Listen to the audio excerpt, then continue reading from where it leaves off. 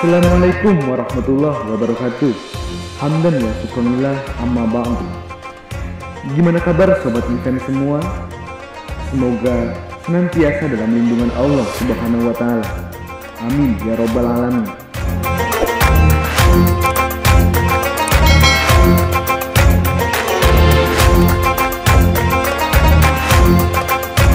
Pada kesempatan kali ini, Event Project ini berbagi informasi yang mungkin bisa bermanfaat dan menambah wawasan keislaman kita. Sobat Event, pernah mendengar nama Abu Bakar Ash-Shiddiq? Iya, sebagai seorang muslim yang mengenal sejarah, pasti sudah tahu siapa beliau.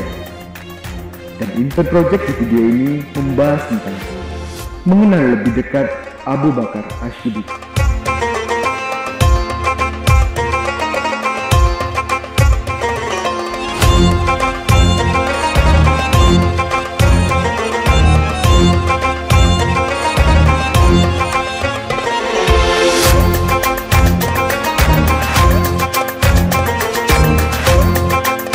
Dikutip dari minanews.net, Abu Bakar Ash-Shiddiq bukanlah nama yang asing di telinga umat Islam, baik di kalangan Nahdlatul Ulama, Muhammadiyah, Persatuan Islam, maupun kelompok-kelompok Islam lain yang ada. Abu Bakar dikenal sebagai sosok yang sangat dekat dan menjadi orang kepercayaan Rasulullah Shallallahu Alaihi Wasallam.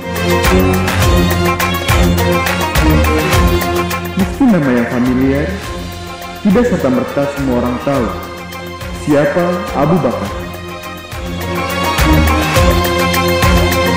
Abu Bakar digambarkan sebagai sosok yang lembut, namun tetap tegas, terlebih jika ada kemaksiatan di sekitar lingkungan.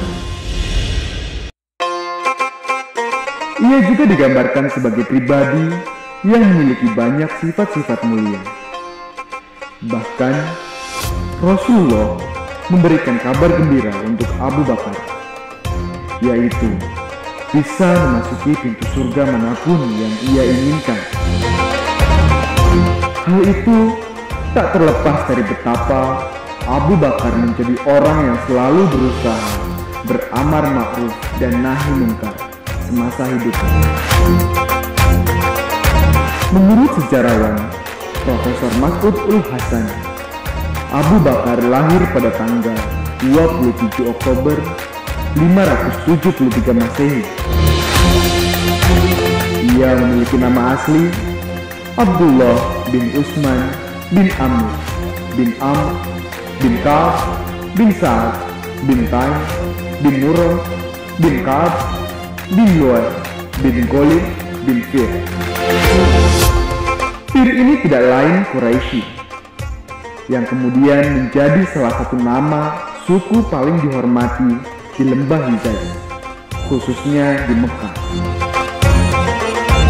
Ibnu Hajar Al-Asqalani dalam Fath Al-Bari mengatakan, Ali bin Abi Thalib menyatakan Allah menurunkan nama untuk Abu Bakar dari langit, yaitu Ash-Shiddiq.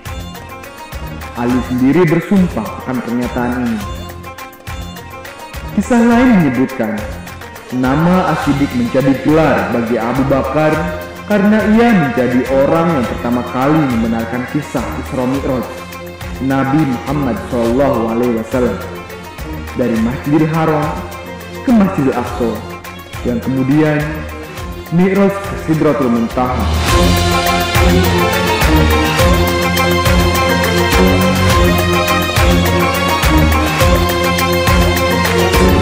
Di mana saat itu banyak kalangan suku Quraisy yang meragukan bahkan mendustakannya. Abu Bakar tergolong dalam kelompok As-Sabiqun Al-Awwalun atau kelompok orang yang mula-mula masuk ke dalam Islam. Ia berasal dari kalangan orang dewasa yang pertama kali mempercayai dan mengimani Muhammad sebagai nabi dan utusan Allah. Dalam beberapa kesempatan, Abu Bakar sering terlihat dalam urusan bersama Rasulullah di kala duka maupun suka, termasuk saat keduanya hendak berhijrah dari Mekah ke Yathrib, Madinah.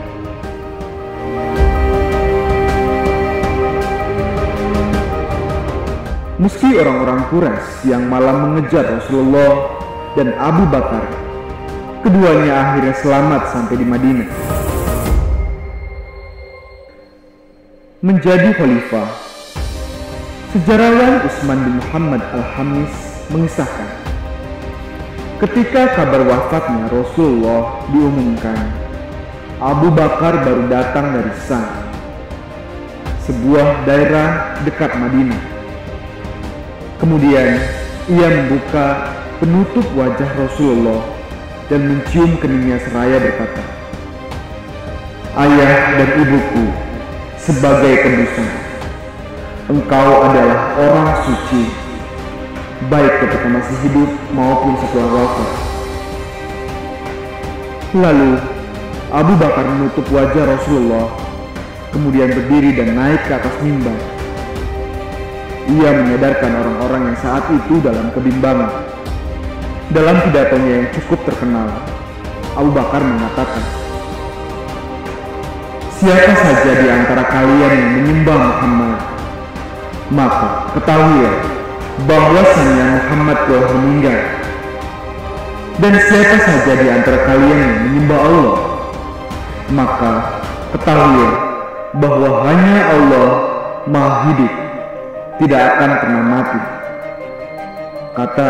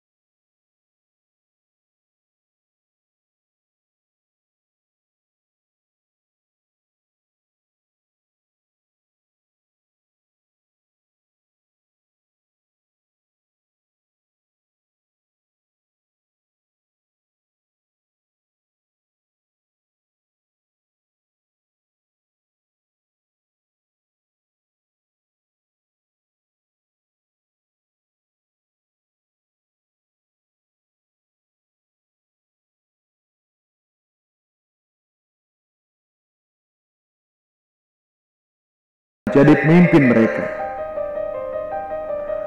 Maka Abu Bakar bersama Umar bin Al-Khattab dan Ubaidah bin Al-Zarah mendatangi mereka. Saat Umar hendak maju untuk berbicara, Abu Bakar menyuruhnya diam. Umar menuturkan, "Demi Allah, aku berinisiatif angkat bicara lebih dahulu karena telah mempersiapkan perkataan yang bagus. Aku khawatir apa yang dikatakan Abu Bakar tidak seperti perkataan yang telah kupersiapkan." Ternyata Abu Bakar berbicara dengan lugas dan jelas. Di antara yang dikatakannya adalah orang-orang Quraisy yang akan menjadi para pemimpin dan orang-orang Ansor yang menjadi para penasehatnya. Salah seorang Ansor, Hubab bin Al-Munzir, menilai, "Demi Allah, kami tidak setuju. Kami mengangkat pemimpin kami, dan kalian juga silakan mengangkat pemimpin kalian."